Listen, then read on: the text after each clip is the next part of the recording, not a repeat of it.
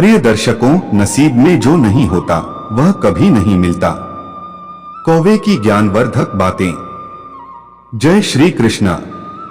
प्रिय दर्शकों, ज्ञान गंगा चैनल में आपका एक बार पुनः स्वागत है। प्रिय दर्शकों, आज इस वीडियो में जो कहानी हम आपको सुनाने जा रहे हैं, यह कहानी बहुत ही ज्ञानवर्धक और शिक्षाप्रद है, अर्थात प्रेरणादायक भी है। यह आपको बहुत बड़ी सीख और जानकारी देकर जाएगी, जिसमें एक कौवे ने बहुत ही अच्छी ज्ञानवर्धक बातें बताई हैं। चलिए प्रिय दर्शकों, जानते हैं वह कौवे की ज्ञानवर्धक बातें इस कहानी के माध्यम से। बस आपसे एक निवेदन है कि आप इसी तरह हमारी वीडियो की समाप्ति तक हमारे चैनल पर बने रहें।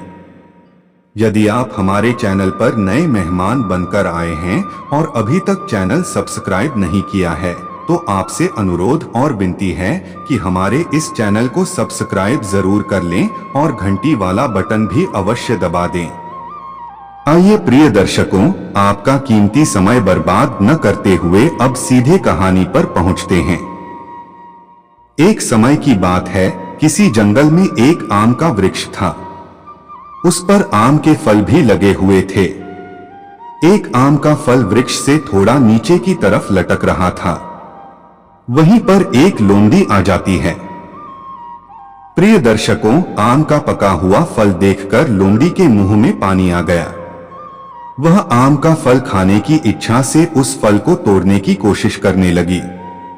ऊपर को कूदती है, उछलती है, लेकिन आम के फल तक नहीं पहुंच पाती। बहुत प्रयास कर रही है, फिर भी आम तक नहीं पहुंच पा रही है। प्रिय दर्शकों, उसी आम के वृक्ष पर एक कौवा बैठा था। कौवा कहने लगा, यह फल तुम्हारे नसीब में नहीं है, क्योंकि जब तक कोई चीज नसीब में नहीं होती, तब तक कितनी भी कोशिश करो वह मिलती नहीं है। लोमड़ी कौवे की बात सुनकर कहने लगी, अरे कौवे, तू कैसी बेकार की बातें कर रहा है, नसीब की बात कर रहा है। अरे कर्म करना चाहिए, कर्म करने से फल तो अवश्य मिलेगा। तू कह रहा है कि नसीब में नहीं तो कुछ नहीं मिलता। कौवा कहने लगा, लोमड़ी बहन, वह बात तो तुम्हारी ठीक है, लेकिन फिर भी कुछ विद्वानों का मत है कि जब तक कोई वस्तु नसीब में नहीं होती, तब तक मिलती नहीं। लोमड़ी बोली, वैसे कैसे? कौवा कहने लगा, लोमड़ी बहन, मैं तुम्हें एक कहानी सुनाता हूँ। प्रिय दर्शकों, वह कौवा लोमड़ी को कहानी सुनाने लगा। कौवा बोला, लोमड़ी बहन, एक समय की बात है, किसी गांव में एक पंडित रहता था। वह पंडित बहुत धनवान था, उसके पास धन की कोई कमी नहीं थी। उसकी एक लड़की थी। लड़की विवाह योग्य हो गई। उसने विचार किया कि हमारी कुमारी बेटी घर में है, इसे शीघ्र शादी कर देनी चाहिए, वरना माता पिता को पाप लगता है। थोड़ी दूर पर एक दूसरा गांव था, वहां एक ब्राह्मण रहते थे। उनके एक बहुत सुंदर लड़का था, उनके पास भी धन की कमी नहीं थी। पंडित उस ब्राह्मण के घर गए, लड़के को देखा, बहुत पसंद आया, शादी पक्की कर दी। कुछ समय बाद पंडित ने अपनी बेटी की शादी उस ब्राह्मण के लड़के से कर दी। पंडित की बेटी ससुराल गई। शुरू में बड़े चैन से जीवन गुजरने लगा, लेकिन इधर क्या हुआ, उसका पति यानी ब्राह्मण का लड़का गलत संगत में पड़ गया। संगत का इतना प्रभाव पड़ा कि वह जुआ खेलने लगा, शराब पीने लगा, मांस खाने लगा, वेश्याओं के साथ घूमने लगा और सारा धन अय्याशी में बर्बाद कर दिया। धीरे धीरे सारा धन समाप्त हो गया। अब तो वह बहुत गरीब हो चुका था, खाने को लाले पड़ गए। एक दिन उसे पश्चाताप हुआ। वह अपनी पत्नी से बोला, मैंने गलत किया, गलत संगत का ऐसा असर हुआ कि सब बर्बाद कर दिया। मुझे माफ करना, आज के बाद कोई गलत काम नहीं करूंगा। प्रिय दर्शकों, अब वह मेहनत मजदूरी करने लगा, पर गुजारा नहीं हो रहा था। कहते हैं, गलत काम करने से भाग्य भी मुंह मोड़ लेता है। दोनों बहुत दुखी थे। एक दिन पत्नी ने कहा, स्वामी अब मैं मायके चलती हूँ, 2-4 दिन रहूंगी, माता पिता कुछ न कुछ जरूर देंगे, हमारी मदद करेंगे। पति मान गया। दोनों पंडित जी के घर आए। पंडिताइन ने बेटी दामाद को देखकर बहुत स्वागत किया, खुश हुई, लेकिन उसे मालूम था कि बेटी दुखी है।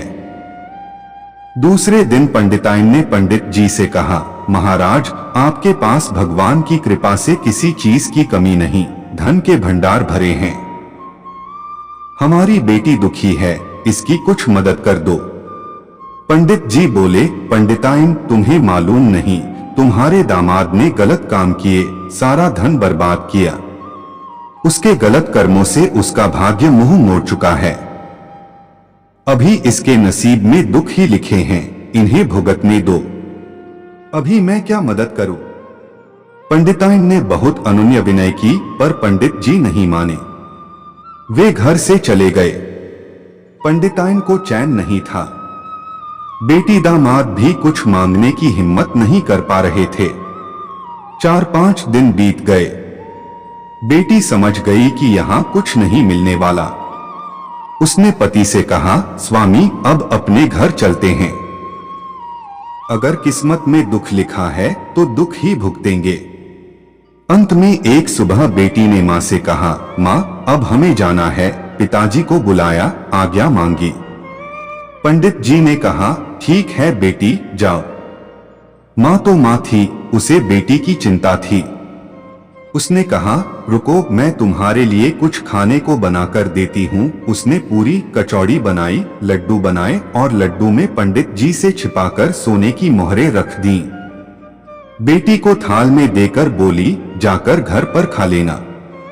प्रिय दर्शकों, पूरी सब्जी और लड्डू लेकर बेटी दामाद माता पिता से विदा लेकर चले। रास्ते में शाम हो गई। पैदल चल रहे थे, घर दूर था, पैसे नहीं थे। एक तांगा आता दिखा। उन्होंने तांगे वाले से कहा, भाई साहब हमें घर तक पहुंचा दो। तांगे वाले ने पूछा, किराया है? लड़के ने कहा, पैसे तो नहीं हैं, पर ये लड्डू ले लो, बदले में हमें घर छोड़ दो। तांगे वाले को दया आ गई। उसने उन्हें घर छोड़ा और लड्डू लेकर चला गया। वह भी गरीब था। सोचा लड्डू बेचकर चावल खरीद लेंगे। वह हलवाई के पास गया, लड्डू बेच दिए, चावल खरीदे और घर चला गया।